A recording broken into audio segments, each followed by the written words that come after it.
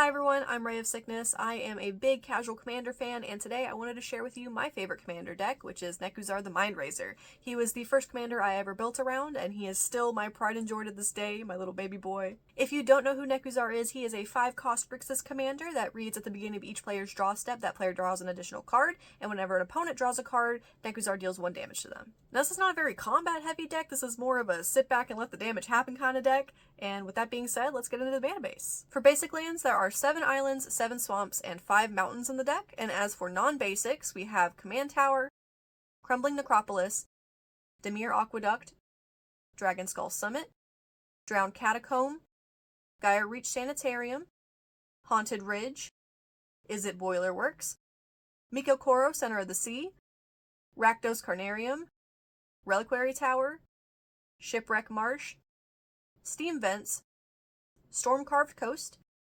Temple of Deceit, Temple of Epiphany, and Temple of Malice.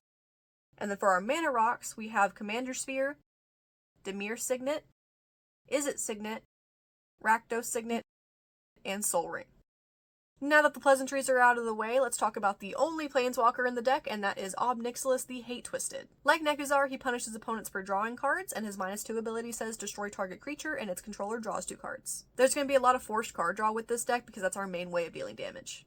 As for our creatures, we have Fairy Mastermind, Fate Unraveler, which is another staple card draw punisher, Gearson Starn, who turns those 1 damage pings into 2 damage pings, Gixian Puppeteer, which is a nice life gain / recursion creature that pings when you draw cards, Goblin Electromancer, Gutter Snipe, Kamiya the Crescent Moon, Keterek Parasite, which is another staple card draw punisher, Kess Dissident Mage that provides more graveyard recursion, Lore Broker, Magus of the Wheel, Master of the Feast, Psychosis Crawler, which is another staple that can get pretty scary at times, Razorkin Needlehead, which is a Nekusar clone with First Strike, Scrawling Crawler, another Nekusar clone but make it Phyrexian, Sheoldred the Apocalypse, because why build a whole commander deck around an $80 card when she can be in Nekusar's $99? And finally, Sulfim Mayhem Dominance. Sulfim is a very cutesy guy that doubles any non-combat damage you deal.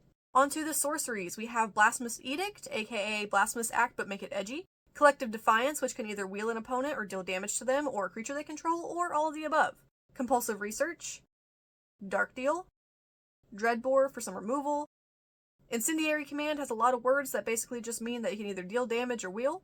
Korvath's Fury, Molten Psyche. Peer into the Abyss is one of the win cons of the deck. As long as you have a card draw punisher out, Peer pretty much one-shots unless your opponent has an insane amount of health. Profane Tutor, which you should almost always use to tutor for Peer. Sign in Blood, Wheel of Fate, Whispering Madness, and Windfall. Moving on to the instants, we have Arcane Denial, Bedevil, Cerebral Vortex, Dream Fracture, Frantic Search, Long River's Pool, Vision Skeins, and Wheel and Deal. Lots of counterspells here. Next up is Enchantments, which is arguably the most important card type in the deck, and for those we have Curse of Fool's Wisdom. If you really want a specific opponent to hate you, use this card. Dictate of Krufix, Fiery Emancipation, which is a little expensive, but it triples your damage. Forced Fruition is another win con of the deck, because as long as you have a card draw punisher out, your opponents will not be able to play the game properly. Furnace of Wrath, because we don't have enough damage doublers. Liliana's Caress is a discard punisher, because why not? Megrim is a discard punisher, because why not have 2? Mirror Maid.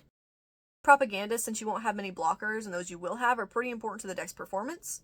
Raider's Wake, a discard punisher, because why not have 3? And finally, Underworld Dreams. Onto the last card type, we have Black Vice, because your opponents don't deserve to have peace, Font of Mythos, Geth's Grimoire, Horn of Greed, Howling Mine, Teferi's Puzzle Box, which strips your opponents of their future hopes and dreams by enacting a magic minigame, and Temple Bell. That was the breakdown of my Nekusar deck. I hope you all enjoyed. If you all have any suggestions of what cards I should add or switch out, please let me know in the comments. And otherwise, thank you all so much for watching. Bye-bye!